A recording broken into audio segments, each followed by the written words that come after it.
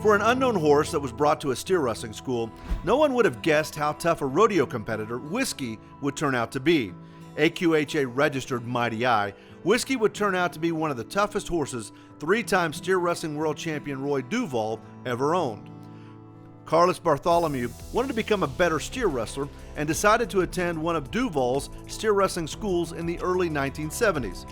He brought along a fine-boned chestnut with a little white star on his forehead. Duval took a liking to the horse and bought him after 6 months of negotiation for around $7,000. A lot to pay for a horse at that time. Most thought he was crazy to put such an investment into a green horse with such a small stature who probably wouldn't last very long. Duval trained Whiskey and hauled him for 9 years, taking him to some of the largest rodeos in the country. Whiskey would prove to be one of the toughest competitors in the sport.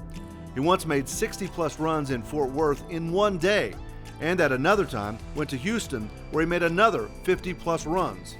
Duval never turned down a cowboy who asked to ride the horse, or any of his horses for that matter. Whiskey never seemed to tire, and often it was the cowboys riding him later in the day that would earn the most money. Whiskey's reputation grew, and he was awarded the 1980 Steer Wrestling Horse of the Year. Duval retired the horse sometime in 1981.